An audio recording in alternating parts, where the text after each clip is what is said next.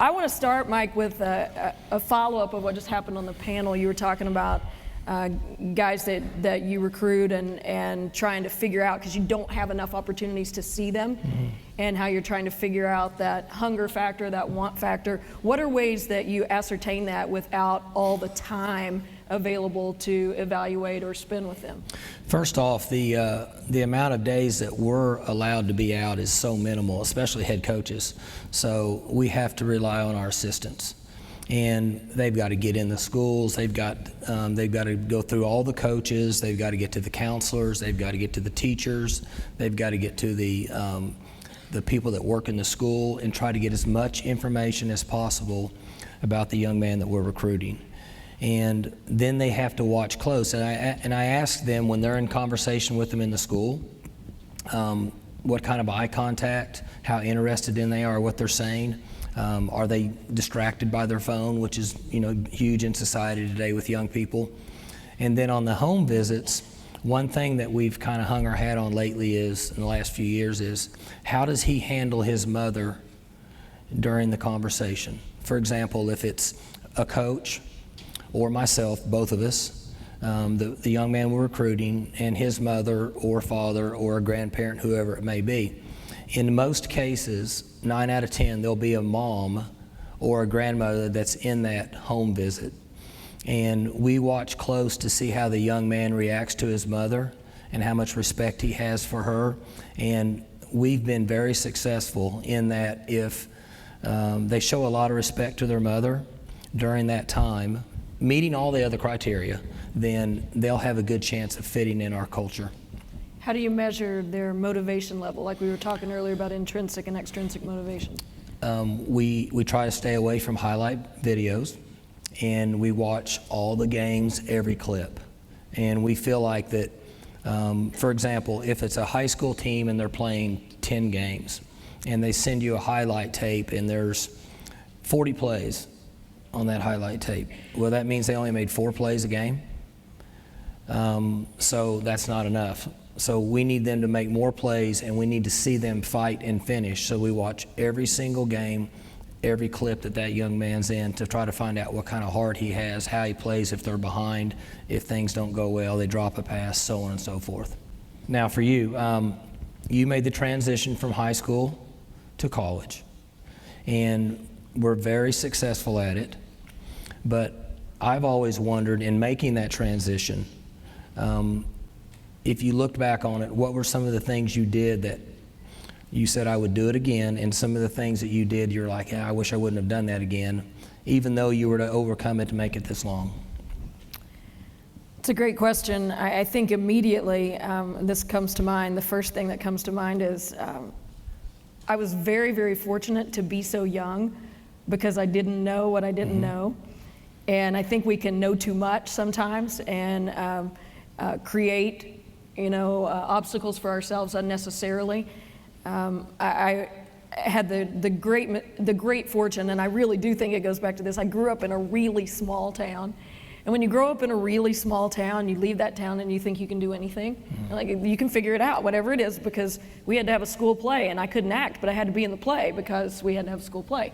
So you just kind of figure out how to roll with things and do things. And then I went to a small college in AIA and played ball, and felt like that there wasn't anything that I couldn't do. So when I got this job and have this big opportunity, and people say, you haven't recruited before. Well, so it's selling what I love, and it's communicating passion and identifying kids. How hard could that be? And so there were just, I didn't know all that I didn't know, and that was a really good thing. When I look back on it, I don't know if I can think of any real major things from early on that I would change. I do know that one of the most significant decisions was after we went to the Final Four in 2002 and played for the national championship, there was immediately a change in the landscape of the kids that we could recruit. Right. Before that, like you were talking earlier, you get those 3-star guys, those 5-star guys are going somewhere else. We weren't spending very much time on what would be the equivalent of a 5-star guy in women's basketball, because we weren't going to get them. They were going to go, Oklahoma's where? You do what? And then after we went and played for the national championship in 2002, everybody took our call. everybody. And it didn't mean we got everybody, but there wasn't anybody who was turning down our call. And so you have to make these decisions of now all of this is possible. Am I still going to be about the thing that I wanted to be about from the beginning and the thing that got us here? And what happens is that there's some rationalization that goes on there. Like, I think this guy fits, maybe this guy fits, we can make this guy fit.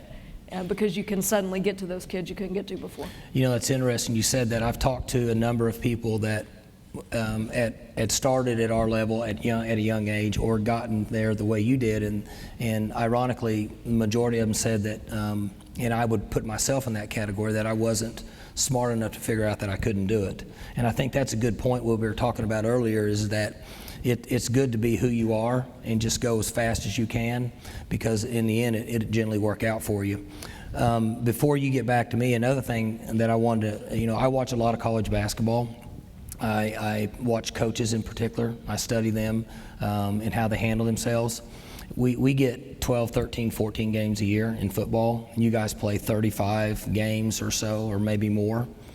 How do you keep your girls, because I watch your games, and your girls are always enthusiastic, they're always motivated, they're always supporting each other from the start to the finish. So is that something you do in practice, and you facilitate it, make them maintain that during practice? How do you keep that going for a 35-game season? First of all, I would say it's part of how we recruit. I'm always telling my assistant coaches, I want to know if a kid is alive. Right. And when I talk to them on the phone, if I don't get any personal energy, if I don't feel like they're alive, they're probably not going to fit really well within our culture. And so we actively recruit that element of their personality, if you will, that has to matter to them, bringing energy and enjoying playing, for goodness sakes. Being zealous about competition, all those things have to be present or they're probably not going to fit. But when they get there, I think it's I've heard people say, well, we put in our offense this week or we put in our defense this week, and I don't know that you ever get your offense in. I don't know that you ever really get your defense in. It's always a work in progress. And so is building that environment that you see when our guys are waving their towel or jumping up and down or hugging each other or whatever they do on the sideline. It's a constant drip, drip, drip of what's important. Right. What we show in the film room are not all the made baskets. There will be, we played Texas this year and won, and with 2.4 seconds on the clock or something, ran an inbounds play and hit a three. And the film that I showed in the film room the next day was not the play that led to the three. Well, it was beautifully nuanced by our point guard and the decoy. Everybody did their job perfectly. But the film that I showed was the bench and their reaction and those guys who weren't on the floor but were a very big part of the process. And what I connected it to was the timeout preceding that and the confidence and the energy and the engagement from all those guys who weren't going to be on the floor, because I think they prepared the minds of those who were on the floor to get it done. So it's a constant thing that you're always valuing and bringing to the forefront with your team, and that's how you. It's awesome. They want to be good at what they do. Yeah. And if they can't be on the floor right there, what is their job and are they doing it well? Yeah, that's a great example. My question for you is, I know that your coaches have unbelievable respect and admiration for you. The guys that work for you love to work for you. It's a huge point of pride. It's not just a job. It's not just Oklahoma State. They really appreciate working for you, and also know that you hold them accountable in a very stringent kind of way. So I'm just curious about how you balance the autonomy that you give them and those relationships that you have while also holding them accountable to a high standard. What I've learned is that I don't micromanage. I make sure everybody understands their role. And as Coach Stevens said earlier, I'm just another guy that has a responsibility in the big concept. And they understand that and they believe that. And I think what's helped me is that you coach this position, you're responsible for these guys, you recruit these guys, and then you need to fit the culture here just like our players do. This is what we believe in. We teach and coach. We have provided and we foster an environment for young people to learn. And the process of developing our players and in the culture that they have to be in for us to win at Oklahoma State. I have to let them do their job. And one thing that I've learned over a period of time in hiring coaches is if they're smart, they're willing to work hard, and they'll be loyal to Oklahoma State football. And then in the end, they have to be loyal to me. That's the one part of our program that's really important. Then they'll be really good coaches for Oklahoma State. They'll spend time with our players outside of football. They'll care about their academics. They'll get to know them on a personal level. And as a group, I'll talk to them about what is important. This is who our team is. This is the direction we need to go, in my opinion. I need your feedback to hear what you have to say. And then individually, this is your responsibility. And I'm not going to look over your shoulder. This is the time that we come in. When your work's done at the end of the day, you need to go home. You can be with your family, do whatever you need to do. In the summertime, I think an average, most coaches, assistant coaches at our level get about 15 to 18 days off. My guys are off for 6 weeks basically, because I think that they're just wasting time. And so they enjoy the freedom of, I have a life outside of football. I'm not going to micromanage you. I'm just asking you to do your job. And then most of us as coaches are all driven to be successful and keep moving up. If we're successful as an organization, they'll all be successful as individuals. So you just did an infomercial without even knowing it. Everybody in America wants to work for you so they can get 6 weeks off. I don't know if it's that easy, but and you continue to work your way. I know we have some athletic directors out there. You got to work your way to get them, pay them good money. All right, everybody likes to make money, pay them good money, but take good care of them. So, one thing, Sherri, is when I was fortunate enough to get this job when I was young and didn't really know what I was doing, as you said, like when you took over, even though I was coaching at this level. When I went in and closed the door, I thought, wow, well, now what? That one thing I thought of is that I would want a player to leave after 4 years and say I would go to Oklahoma State again. I had a great experience. I enjoyed my time there. But then I would also want a coach that's worked on our staff to say, I'm glad I coached at Oklahoma State. I enjoyed my time there. And I had a life outside of football and made friends for life. And so I feel good about where we're at from that perspective now with the coaches that have come through. I know we're running out of time, but I'm going to ask you one more Okay, and I got one more for you, so you better hurry. We hurry. don't have time for that. But the female's always time controlling. I mean, I'm completely in charge. Beautiful. No, you move up in the tower. I'm intrigued by all this. You coach practice. from the tower at practice. And so you're very much removed, and I'm just intrigued by what you watch when you're there. Are you watching technique? Are you watching body language? Are you watching your coaches? Or are you watching your players?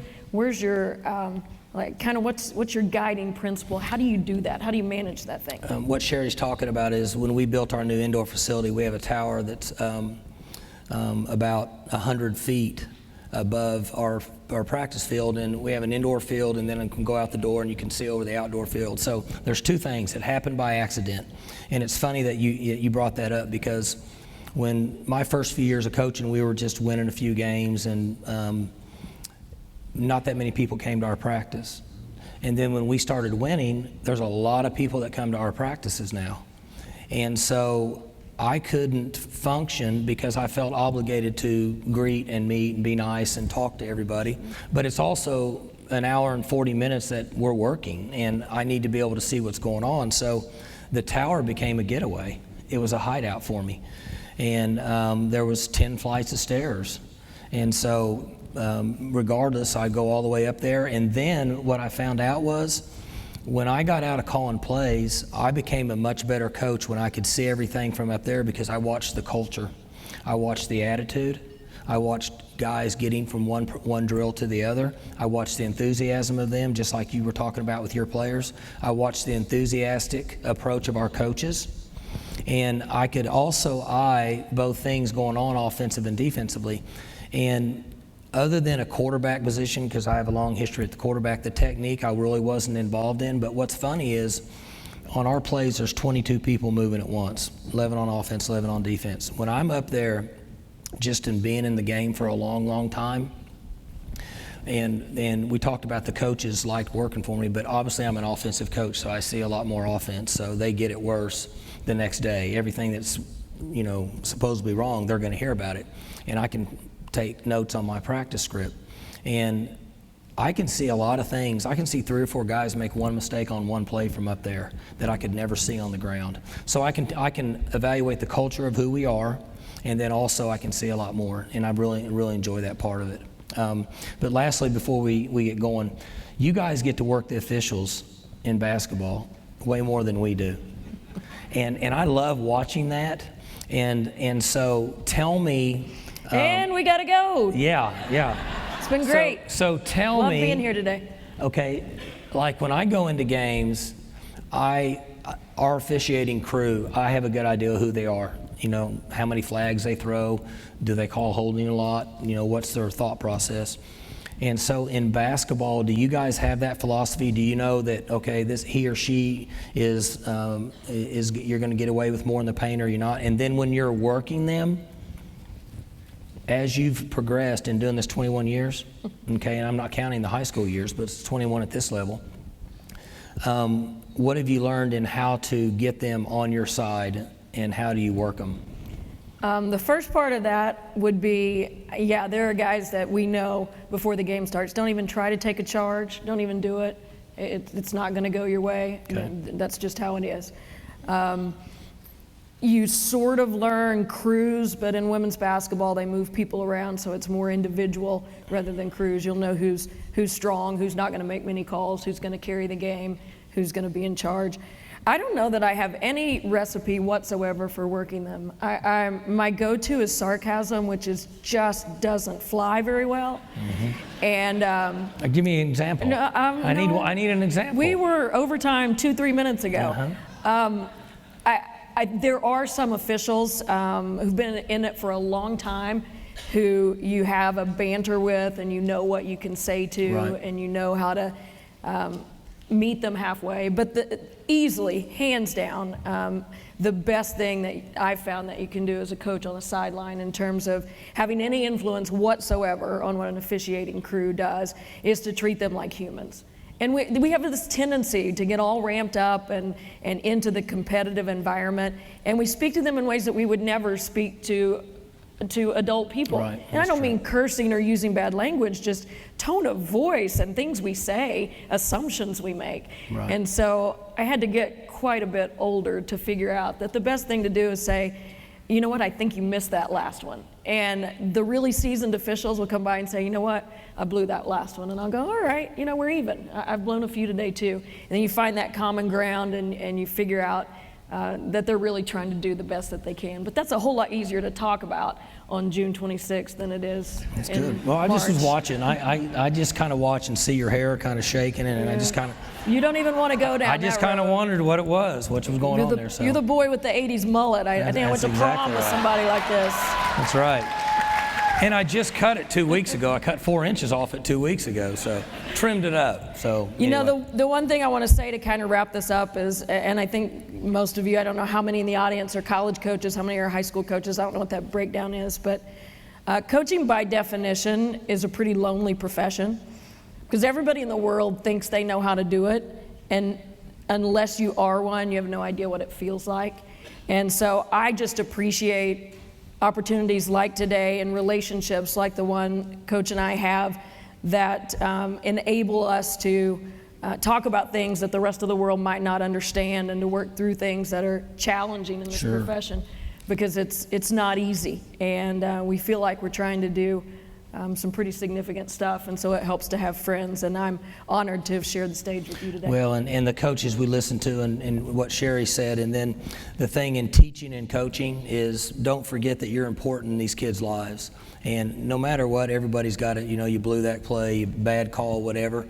But when they're done, if the young people you're coaching look back and say, hey, I'm glad Coach Gundy or Coach Coale or Coach so-and-so was my coach, then it's been worth your while, and you'll impact their life. And I think that's important, that we don't forget that we're impacting young people's lives. So thank you all. Thank you guys for being here.